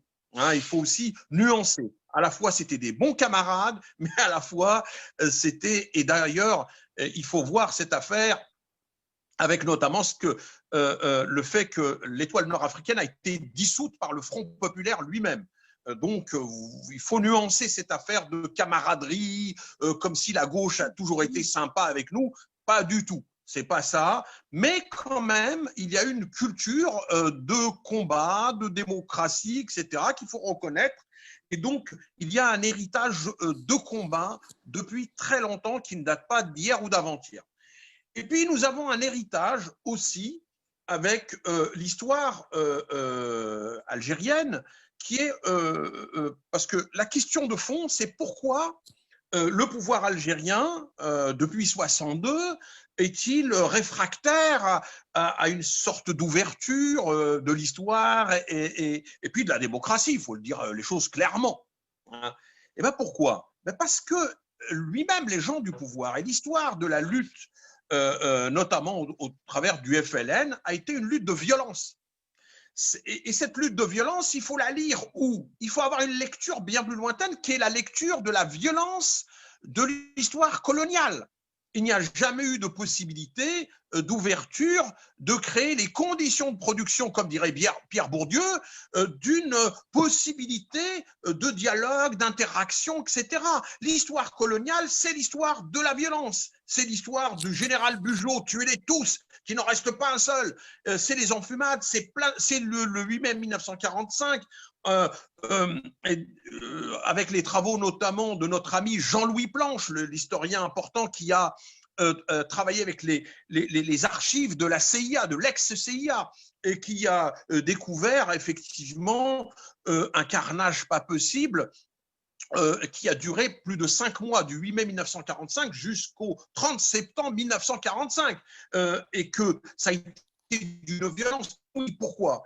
Parce que la violence en Algérie a toujours été, parce que c'est une terre de conquête où les Européens ont voulu, par la force, je dirais, soumettre le peuple algérien. Or, donc, nos zigotos, là, de 1954, les 7 mousquetaires ou les 6 mousquetaires qui ont mené ce combat, mais qu'est-ce qui s'est passé? Ils sont le produit de cette histoire violente. Ils ne comprennent que comme ça. Et ils ont reproduit au sens bourdieusien eux-mêmes cette histoire. Et donc, nous héritons. Et je vois bien, même quand quelques Algériens se rencontrent, on a du mal à parler ensemble gentiment, avec le respect de l'autre, etc., etc. Très rapidement, on déborde. Et quelquefois, on déborde avec, comment dirais-je, avec peu de bienveillance. Eh bien ça, il faut réapprendre la bienveillance, c'est-à-dire le respect de l'autre, mais quelqu'un qui dit quelque chose dont je ne suis pas d'accord, mais quand même, il a le droit d'exprimer ce qu'il dit. Je suis de droite, il est de gauche ou inversement, peu importe, on s'en fout. La question, c'est le dialogue et l'interaction au sens de Evelyn Goffman. Et donc ça, cette culture-là, il faut du temps. Et donc, il faut se débarrasser de cet héritage de la violence coloniale qui, tel un coronavirus, je dirais, a contaminé ceux qui ont pris le pouvoir en Algérie depuis 62 et je dirais même avant 62 parce que les nettoyages, il faut rappeler quand même que le FLN a liquidé tous les partis politiques avant le 1er novembre 54, en France notamment. Il y a eu des batailles acharnées, il faut le rappeler ça. Et donc l'idée d'effacer l'histoire, de la culture de nos partis, des multiples partis qu'il y avait en France et qui ont été des partis importants, comme l'Étoile nord-africaine en France, le PPA, bref, et il y en a plein d'autres. Donc, si vous voulez, il faut tenir les deux bouts pour comprendre cette problématique. Il y a à la fois, oui, certes, nos pingouins du 1er novembre 54, qui ne nous ont pas arrangé l'affaire. Alors, après 62, on n'en parle même pas. Et puis de plus en plus, jusqu'au Hirak, mais aussi eux-mêmes sont le produit de cette histoire violente. Et je crois que j'ai eu une discussion une fois avec Mohamed Darbi et il nous avait éclairé là-dessus que, alors aujourd'hui, il ne faut pas jeter l'eau avec le bébé de l'eau, avec la tuyauterie, la baignoire, etc. Il ne faut pas non plus, je veux dire, c'est quand même bien l'indépendance. Non, parce que certains disent, ben, attendez, non, ok, il y a du acquis. Faut prendre des statistiques du nombre de gens alphabétisés en 1900, avant 62 et après 62, l'école, etc. Même si je sais bien que l'université n'est pas terrible, que voilà, mais quand même il y a eu des choses dont le peuple algérien a acquis, etc. Et donc il faut une transformation démocratique, certes, mais ne pas tout jeter. Et donc, il faut imposer, alors là, c'est un débat démocratique, il faut que, comment dirais-je, la culture, notre histoire du mouvement national algérien, notamment en France, il faut qu'il ait sa place et qu'il soit inscrit dans cette histoire. Et nous y contribuons, je pense, qu'avec une chose importante, c'est l'autonomie. Et l'autonomie de la pensée, l'autonomie de la critique. Et c'est ce qu'on fait ici, nous, les Français héritiers de l'immigration coloniale, parce qu'on a affaire à la fois avec la violence. Avec Gilles Monceron, notre ami, nous avons fait plusieurs conférences débats. Et notamment avec, j'ai retenu la thématique, Gilles s'en souvient, la reconnaissance n'est pas la repentance. On a fait plusieurs conférences comme ça avec Gilles. Et pour dire quoi ? Pour dire que la reconnaissance des crimes coloniaux, ce n'est pas la repentance. Parce que M. Sarkozy, par exemple, dès qu'on parle de reconnaissance, il nous envoyait dans les 22 mètres en disant « Non, mais vous êtes pour la repentance ». La repentance a un sens théologique. Vous voyez, c'est quelque chose qui fait penser à la théologie, eh ben non, on n'a rien à voir avec ça. Et donc, vous voyez, la bataille est à la fois là-bas, ici, et c'est très compliqué de tenir les deux bouts et en même temps, c'est pour ça que j'aime bien l'approche de Gilles Monceron parce qu'il garde cette nuance, cette critique et en même temps cette nuance, en fait, une vision dialectique. Penser une chose et dans le même temps envisager le contraire. Et donc ça me semble important et intelligent parce que sans quoi on est dans ces critiques acerbes qui amènent nulle part, enfin tout est pourri, etc., que ce soit ici ou là-bas. Non, on n'avance pas comme ça. Il y a des avancées, il faut tenir compte. Et Gilles, tout à l'heure, faisait référence au début où nous étions très peu. Ce qu'il faut savoir, c'est que les premiers rassemblements pour le 17 octobre 61, il y a plusieurs années, plus d'une vingtaine d'années, il y avait 10 personnes. Et il y a il y a deux personnages qu'il faudrait rappeler ici à vos auditeurs qui sont très importants. C'est d'abord notre ami, frère, un véritable frère qui s'appelle Jean-Luc Einaudi. Jean-Luc Einaudi est un enquêteur. C'est pour ça que l'enjeu des archives, c'est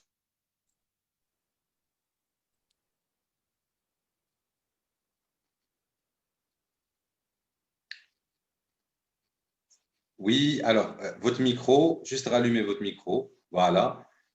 parce que j'ai été coupé peut-être. Oui. J'ai été censuré la partie là. Hein, il y a encore de la censure. Hein, je pensais qu'on était dans un État démocratique. C'est du bas débit. Hein. C'est du bas débit, c'est du bas débit. Ça doit être ça. On en était aux archives, à l'enquête, Élodie, l'enquêteur et les archives. voilà, Jean-Luc Einaudi est un homme important puisque c'est lui, il faut lui rendre hommage parce qu'il nous a quittés. Et cet homme, qui était aussi un ami, un collègue à moi, parce que je travaillais avec lui à la protection judiciaire de la jeunesse. Donc, c'est pas un historien au sens de la universitaire, mais c'est universitaire, mais c'est un excellent enquêteur. Et c'est lui qui a mené une enquête et avec des choses importantes, puisque on parlait tout à l'heure les archives. Mais attendez, dans les sciences sociales et la recherche, moi qui ai une formation de sociologue, il n'y a pas que les archives. Les témoignages, les témoignages oraux, c'est important aussi. Et il faut aller voir les victimes, ceux qui ont été des victimes ou les enfants des victimes, qu'il faut enquêter. L'enquête, ça se passe aussi à la fois, il faut croiser les archives et croiser les documents et croiser également les entretiens. Et donc, c'est ce qu'a fait notre ami Jean-Luc Einaudi. Il est allé en Algérie, il a enquêté, il a enregistré des gens avant leur mort, etc. Et c'est pour ça qu'il a eu des choses, comment dirais-je, précieuses. Et donc, c'est important de rendre hommage aussi à nos amis français. Et je pense aussi à Fernand Yveton. Fernand Yveton, qui a été guillotiné en Algérie et qui avait pris la cause des Algériens. Et il y en a plein d'autres comme ça. Et cela, nous devons, moi, tous les ans, je n'oublie jamais ces camarades, ces amis, ces frères algériens qui ont été, je les considère comme des Algériens, puisqu'ils ont pris fait et cause et au péril de leur vie. Et ça, c'est important. Et c'est un crime que de les oublier. Et il y a aussi quelqu'un d'autre, notamment un Français héritier de l'immigration algérienne, c'est Mouloud Aounit. Mouloud Aounit moi je le considérais comme un lion national, qui était le président du MRAP et qui avait une voix qui portait très importante ici. Pareil, il nous a quittés. Et il faut parler de l'histoire, il faut parler des héritiers. Et c'est comme ça qu'on construit l'histoire, parce que je trouve que quelquefois, on oublie des gens qui nous ont rendu service, et on les oublie un peu trop vite, parce qu'il n'y a pas de transmission. Et l'enjeu de la transmission, il est à la fois aujourd'hui et maintenant, c'est-à-dire dans l'action, comme on fait. Demain, par exemple, nous serons à Épinay, donc une ville, je dirais, où il n'y a jamais eu de commémoration, parce qu'il faut attaquer aussi les villes où il n'y a jamais rien eu, où il y a un terrain hostile, et je dirais politiquement, il faut dire les choses clairement, où il faut y aller, et la liberté, ça s'arrache, et il faut dire on est là, on existe, et on ne fait rien de mal, on fait juste la commémoration pour nos parents, et on rend compte de l'histoire française. Il s'agit de l'histoire de France, et il faut la restituer à la France et aux Français, et c'est une partie de l'histoire qui a été oubliée. On sera également à Sartrouville, une ville importante où il y a une histoire d'immigration coloniale très importante, où le maire Laurent Wetzel, entre 1989 et 1995, il a enlevé la rue, il a débaptisé la rue du 19 mars 1962 pour la remplacer par la rue du sinistre criminel Bachaga Boualem. Et ça, c'est bien une action de vexatoire, il l'avait fait exprès. Et donc, elle est restée, on était quelques-uns à l'époque à se battre, mais on n'était pas suffisamment nombreux. Et aujourd'hui, je me rends compte, et tout à l'heure, Gilles, on discutait en aparté, et me disait, mais il y a eu des avancées. Les graines que nous avons mises il y a 30 ans, il y a 20 ans, aujourd'hui, ils avancent, parce que je vois que la mobilisation, eh bien, elle a lieu, et que les jeunes aujourd'hui disent, ah ouais, c'est vrai, c'est important, c'est ignoble, la rue Bachaga Boualem, c'est pas possible, on peut pas laisser faire ça. Et la place du 17 octobre 61, elle doit avoir lieu. Donc, vous voyez, et puis, enfin, l'élargissement, parce que l'histoire, c'est l'histoire de l'humanité. Ça appartient à tout le monde, l'histoire. Ça appartient pas simplement à des catégories d'individus. Bien sûr, on est animé, il y a, comme dirait Freud, une pulsion de vie pour nos parents, mais au-delà de ça, il faut avoir une vision plus globale et c'est pour ça qu'il faut travailler ensemble, historiens, sociologues, philosophes, avec des approches très, très différentes, mais complémentaires. Et puis aussi ne pas oublier la culture. Moi, je pense que le théâtre, la pièce de théâtre La Pomme et le Couteau sur le 17 octobre 61, Gilles était venu faire un débat avec nous à l'époque, avec les acteurs. Eh bien, c'était formidable parce qu'on est parti dans les lycées, dans les collèges, etc. Et avec l'émotion, on peut transmettre des choses parce qu'il n'y a pas que les livres. Il y a des gens, il faut le dire, ils ne lisent pas. Il y a des gens qui ne lisent pas, mais il faut les amener à la lecture. Moi, j'ai rencontré des gens qui m'ont dit, écoutez, votre pièce de théâtre, elle m'a donné envie de lire, elle m'a donné envie d'aller plus loin. Et donc, c'est pour ça qu'il faut conjuguer l'ensemble des intelligences, l'ensemble des forces pour qu'on puisse créer les conditions d'un avenir commun des deux rives de la Méditerranée. C'est-à-dire ne pas tout balancer, l'eau avec, etc.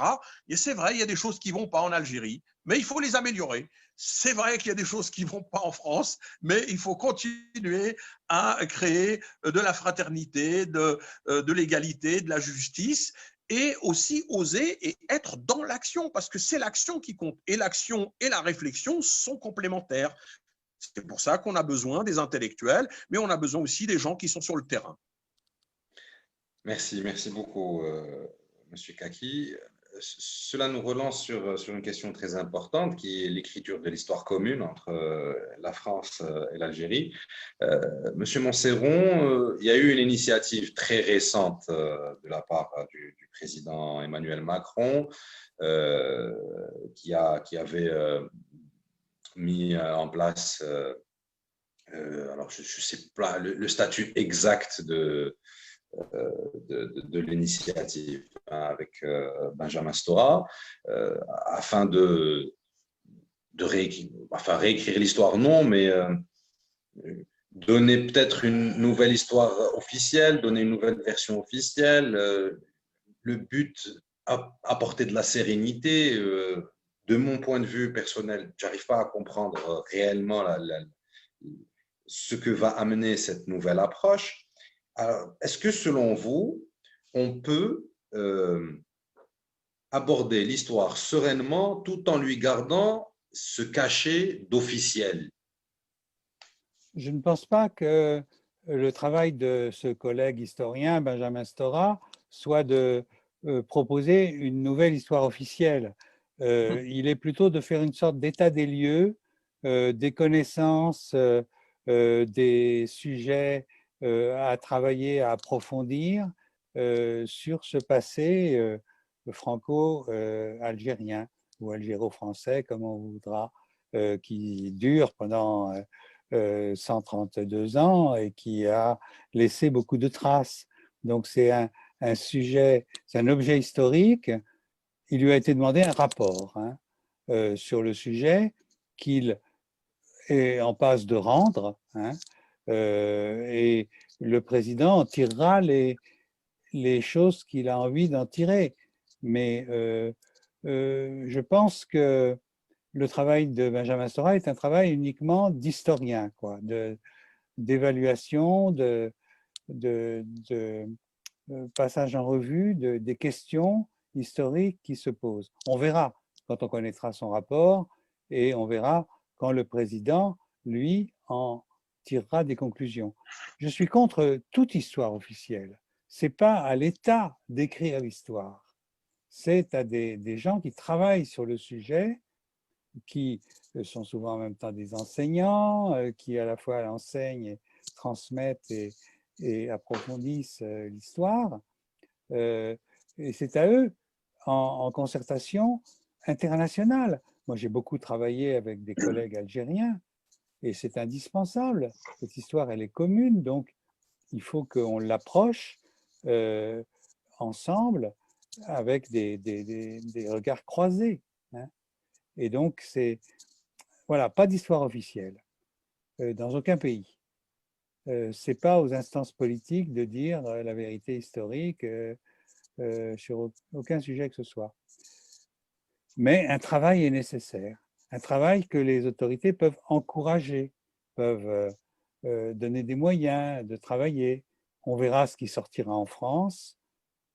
Pour ce qui est de l'Algérie, je préfère me taire parce que un certain nombre de nos collègues historiens ou archivistes considèrent que c'est mal parti.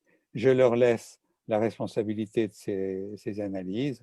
Comme je l'ai dit tout à l'heure, chacun balaye devant sa porte. C'est déjà beaucoup de boulot. Donc, je ne veux pas du tout m'ingérer dans les débats algériens, mais j'ai noté qu'on entend de la part de gens extrêmement valables, extrêmement compétents, une forte inquiétude sur le processus commencé en Algérie. Je suppose que, comme toute science, il y a des règles à suivre afin de pouvoir avoir une approche qui soit cohérente et concordante, y compris dans l'étude de l'histoire et dans l'étude des archives, dans l'étude de l'histoire, dans les conclusions qu'on peut en tirer. Aujourd'hui, vous pensez que dans cette histoire commune, croyez-vous que dans cette histoire commune entre l'Algérie et la France, il y a cette volonté de laisser faire les gens selon ces règles-là? Tôt ou tard, cela adviendra. Il y a du côté des historiens, des chercheurs des deux pays, une volonté de travailler ensemble, d'organiser des colloques, des rencontres diverses où des gens viennent de France et d'Algérie, voire d'autres pays. Hein. Il y en a eu, y compris en Algérie. Hein. Lors du cinquantenaire de l'indépendance, il y a eu deux grands colloques à Alger qui présentaient un intérêt par leur contenu. Un plus organisé par le ministère de la Culture et un qui était plus organisé par le quotidien El Watan. Mais les deux étaient comportaient vraiment des approches de qualité avec des intervenants qui venaient parfois de France, parfois qui étaient historiens algériens. Et puis, il y avait d'autres étrangers, allemands, américains, qui apportent leur contribution. L'histoire n'a pas de patrie, si je puis dire. Hein. Donc, le processus d'écriture d'une histoire commune ou d'une histoire croisée, je ne sais pas si ça ne peut pas être un seul récit, puisque le vécu est différent, le vécu par les Français, le vécu par la population algérienne durant la colonisation ou pendant la guerre de libération est différent. Et il y a donc une impossibilité que ces deux histoires vécues qui ne sont pas les mêmes. Mais il faut qu'il y ait des travaux, des croisements, des approches comparatives qui soient menées, et ça se fera forcément un jour. Je ne sais pas si ça sera du temps de l'actuel président français, par exemple, ou bien dans le mandat suivant, ou dans un autre mandat ultérieur, mais en tout cas, ça se fera. La demande sociale, elle est là, de vérité, de connaissance. Donc, ça se fera un jour, et les deux opinions sont prêtes, à mon avis, à faire un travail croisé de confrontation. Atman, pour ce qui est de la génération actuelle, notamment pour ce qui est du Hirak, quelles seraient les conclusions à tirer de cette date du symbole 17 octobre 1961, de ce qu'il représente en tant que symbole? Qu'est-ce qu'on devrait en tirer en tant que militant du Hirak, militant du changement, à votre avis? Alors, j'aimerais juste faire un petit aparté sur ce qui Oui. est dit, qui est très, très intéressant, et puis répondre à ta question qui est extrêmement pertinente. On doit tirer les leçons de l'histoire. Quand on parle d'histoire officielle, c'est peut-être le cas dans le manuel d'histoire enseigné à l'école, mais aussi dans un certain récit politique hein, qui existe tout aussi en France et encore plus en Algérie. Il ne faut pas oublier que le mouvement national s'est beaucoup approprié l'histoire et on a fait une légitimité politique en Algérie. Hein.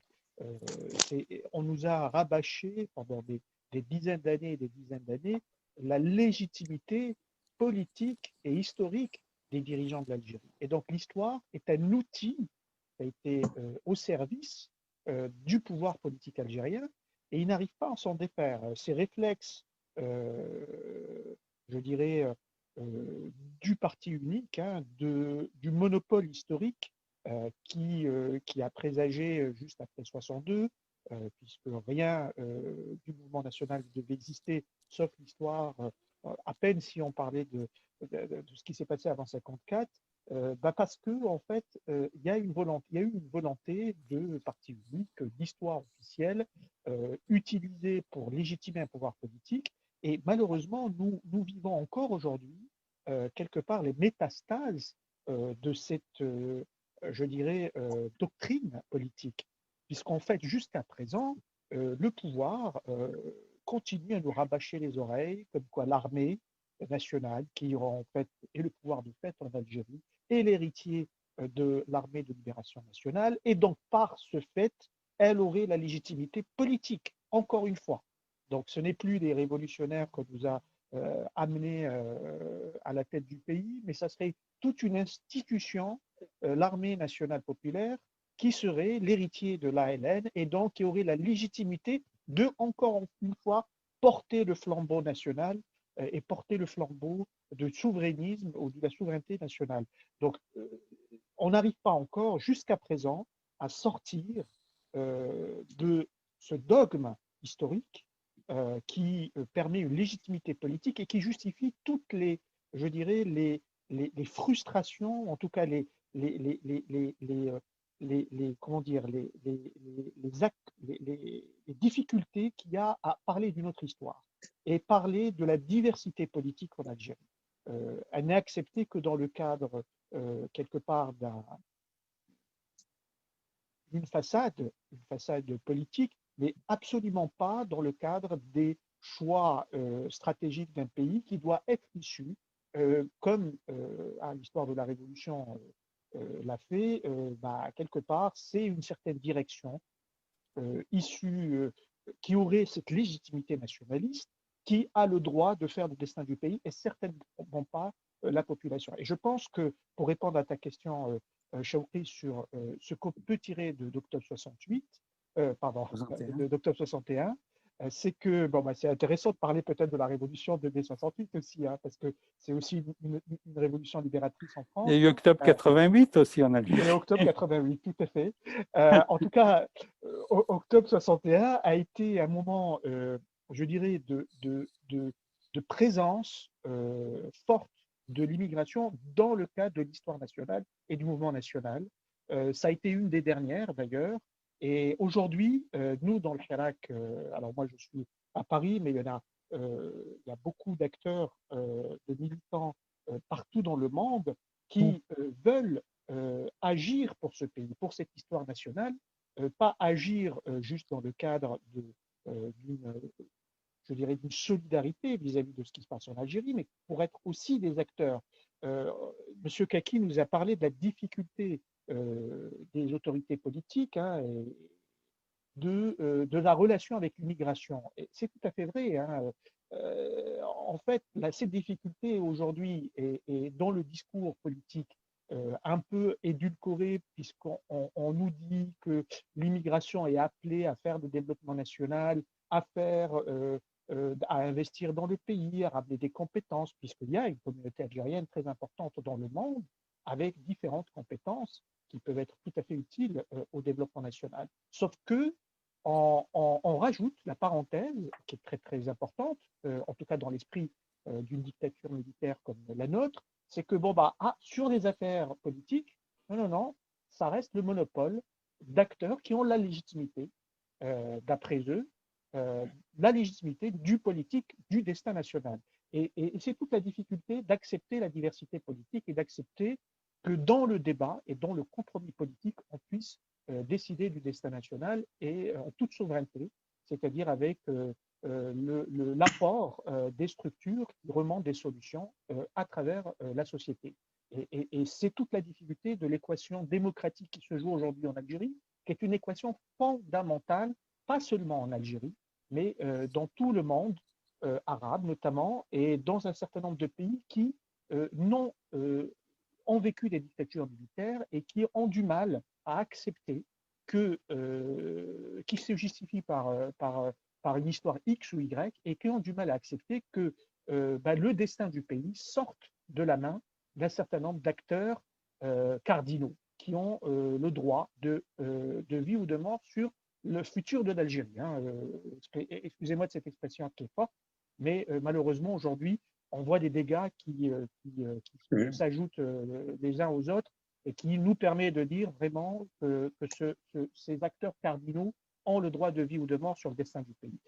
Donc le Hirak va s'approprier cette mémoire, est en train de s'approprier cette mémoire et va continuer dans le cadre de notre héritage, hein, que a très bien relayé Ehsan Hadja et Gilles Mansereau et Mohamed Kati, de nos pères et de nos mères qui ont lutté pour la liberté, pour l'émancipation du peuple et pour pouvoir carrément faire le destin du pays, décider du destin du pays.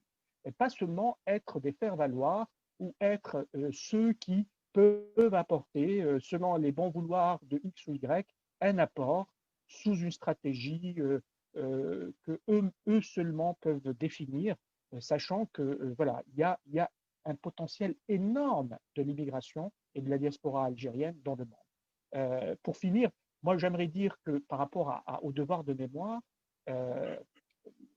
la relation, on voit bien la difficulté dans les deux côtés de la Méditerranée d'écrire une histoire qui a été très, très, très douloureuse.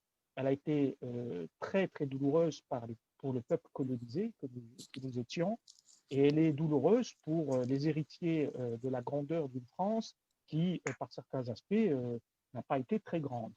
Et donc, pour ne pas dire pour beaucoup d'aspects.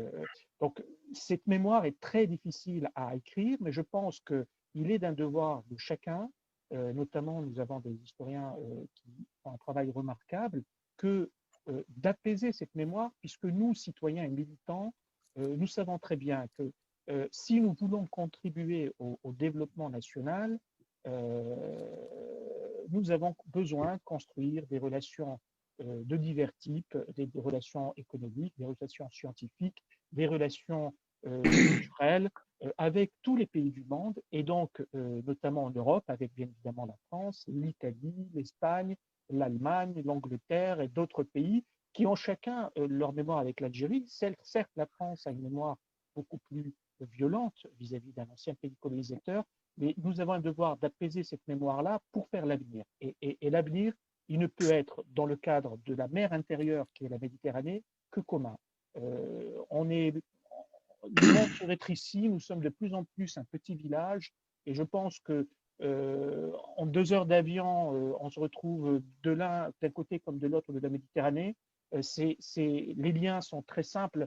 Tu vois, Chauffé, toi, tu es à Alger, tu es en train de faire une interview en live avec des personnes qui sont à Paris. Les liens sont de plus en plus simples, faciles, et donc à nous de casser un certain nombre de barrières pour que ces liens soient forts et qu'on apprenne de notre histoire, on apprenne des violences que notre histoire a portées pour pouvoir en sortir avec consolider et sortir des réflexes, je dirais, autoritaires qui nous ont été transmis notamment par un pouvoir colonial, et que par réflexe, ce pouvoir dictatorial reproduit, j'espère, sans le savoir, parce que c'est quand même malheureux de voir les méthodes qu'utilise ce pouvoir dictatorial qui parfois s'assimilent à ce que ont vécu nos parents pendant le colonialisme. C'est très, très malheureux de voir ça. Que ceux qui se disent héritiers du FLN utilisent des méthodes de répression, de fraude électorale, qui nous rappellent les fraudes électorales qu'ont connues les partis politiques avant 1954, qui nous rappellent, qui utilisent des méthodes d'emprisonnement, qui utilisent des méthodes de dilapidation et en tout cas d'accaparement des richesses. Et ça c'est quand même assez remarquable.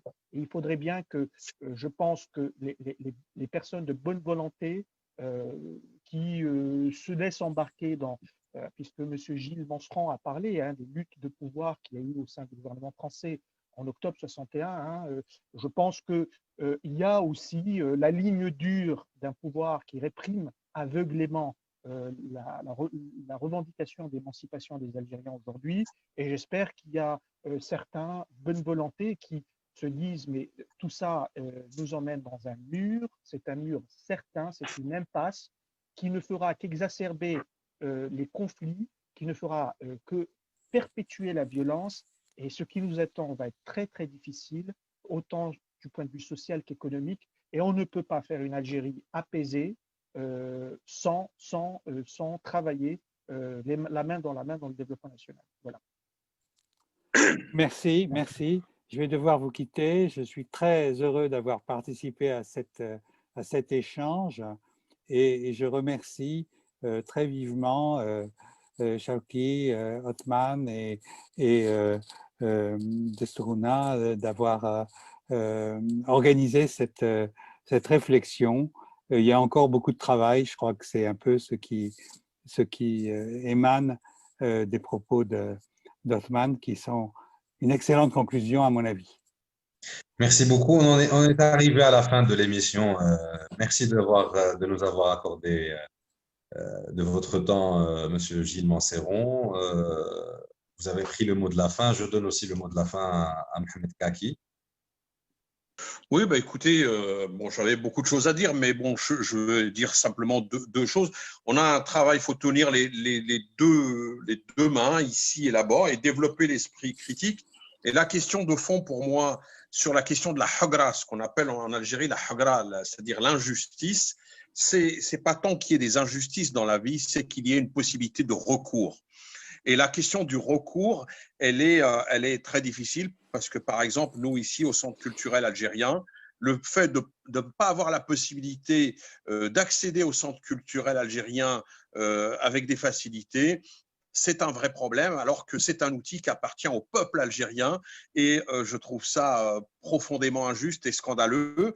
Mais en même temps, on ne se décourage pas, il faut continuer à se battre, etc. Concernant nos revendications pour le 17 octobre 1961, je voudrais quand même les rappeler pour vos auditeurs. C'est la reconnaissance par le président de la République de manière solennelle, Emmanuel Macron, donc en l'occurrence, qui reconnaissent ce crime d'État, que de 2, il y ait véritablement l'accès à toutes les archives et que 3, la question des manuels scolaires, que ce savoir sur le 17 octobre 61, aujourd'hui, il y a des livres, il y a de la connaissance, mais il faut qu'elle puisse être diffusée et inscrite dans les manuels scolaires. Cela me semble extrêmement important. Et enfin, pour remonter le moral à tout le monde, je dirais que nous ne nous sommes pas battus pour rien, vous savez. Moi, je suis un optimiste et je pense qu'il y a des acquis et il faut dire qu'il y a eu des avancées. Gilles Manseron le sait très bien depuis maintenant qu'on combat depuis plus de 30 ans. Par exemple, nous, l'association Les Oranges, nous avons contribué à ce qu'il y ait 3 choses.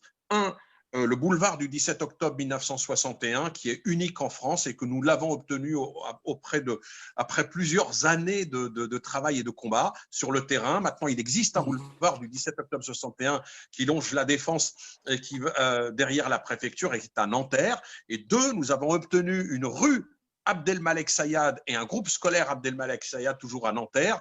Et c'est quelque chose de très important parce que Abdelmalek Sayad, c'est qui? C'est un grand sociologue algérien qui a travaillé avec Pierre Bourdieu dans les années 60 et qui est un spécialiste de la notion de l'exil. Et donc, c'est un grand savant. Et pour nous, le fait que son nom porte une école, eh bien, c'est très important pour l'avenir, pour la transmission. Et puis enfin, nous avons obtenu en 2015, toujours aussi à l'initiative de l'association Les Oranges et avec nos amis du collectif, puisqu'on a créé ensuite un collectif plus vaste, eh bien, le fait que le Conseil de Paris, eh bien, il est voté à l'unanimité, la droite et la gauche, eh bien, à l'unanimité, un vœu pour le président de la République afin qu'il puisse reconnaître Sétif Guelma et Kharata, le fameux crime d'État.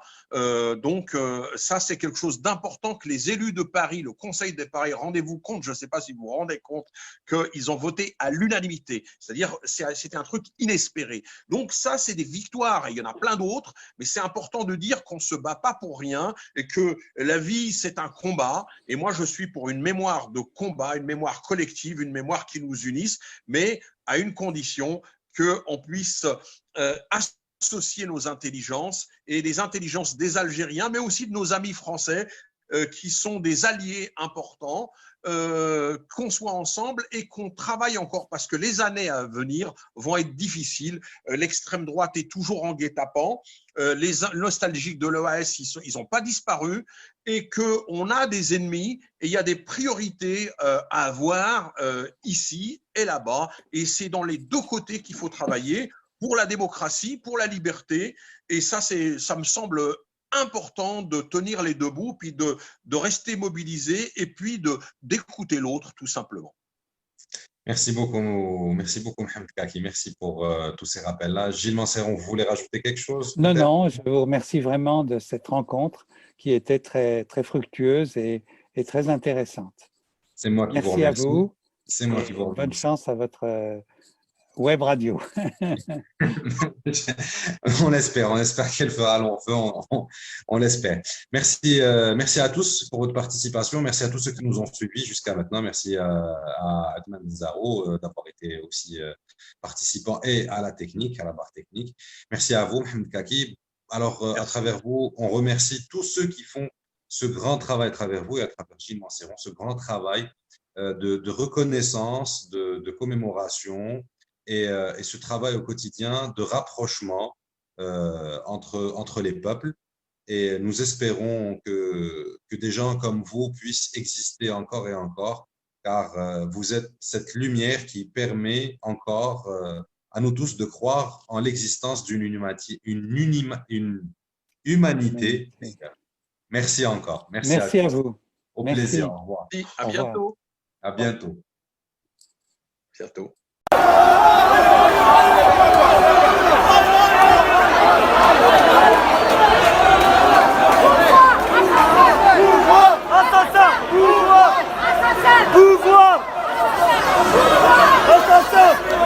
اختطاف الناس اختطاف واستعمال العنف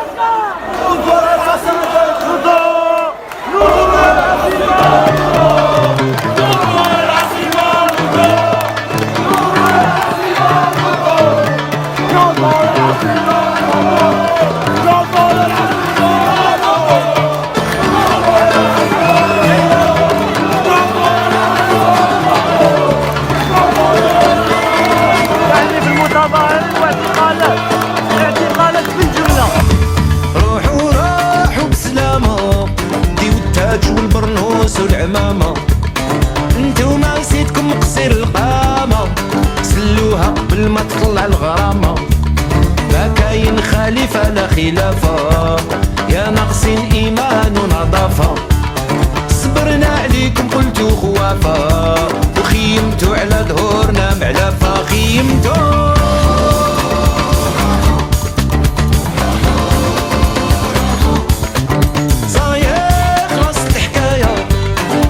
سكتنا 20 سنة كفاية خلاص الحفلة يا وجوه الغملة غريب تفيد عليكم الحملة الله ما نزيدو معاكم دقيقة 62 وحنا بالشقيقة عرفنا ساسكم جيبة وسريقة وعروقو ما زالها عميقة ما زالها روحو روحو روحو خير ليكم تروحو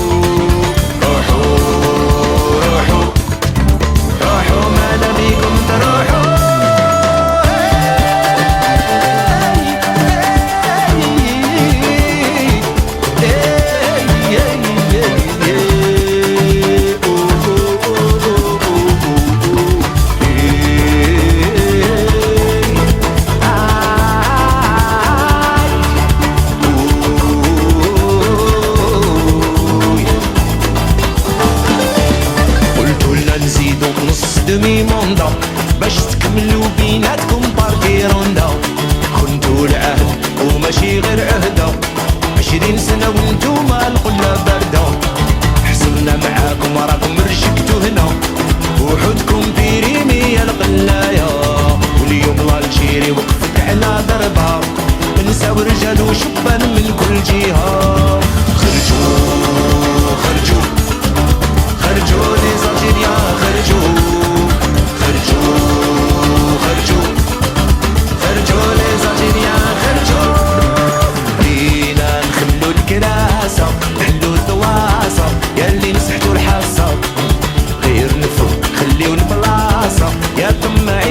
رايحين تاكلوها قارصة حكمتوا بالعصا وبلا سياسة وركعتوا قدستوا كسر الرياسة وخندق الحرير ورخاموا الملاسة وامتياز المرتب وسلوك المحلاسة روحوا روحوا روحوا خير ليكم تروحوا روحوا روحوا روحوا خير ليكم تروحوا هادي الجيال جديدة خرجت تتقلب هاد القاعدة خبرتو يا الخبر المريضة وبالشفاء ليكم وعلى سعيدة وحنايا من عنيدة والمرادية ماهيش بعيدة وراكم تفتلوا في تخرويضة باش ديروا لنا خشبة فرويضة خشبة فرويضة روحوا روحوا روحوا خير ليكم تروحوا مع دوك الأئمة اللي محرشين على الأمة وضيف الدين في صالح الحكومة وسرق سفارته في كل مؤسسة لا خدمة لا ردمة وعليهم غير العزة وفي كل فطنة يقولوا هادي فتنة حتى كل شفتنا وما لقيناش اللي يفيدنا خلاص الديار وعلينا طار النعاس ولادنا جاو يغلقوا عليكم القواس خرجوا خرجوا خرجوا لي زالجيريان خرجوا خرجوا خرجوا خرجوا لي زالجيريان خرجوا يا سراقين يا شياطين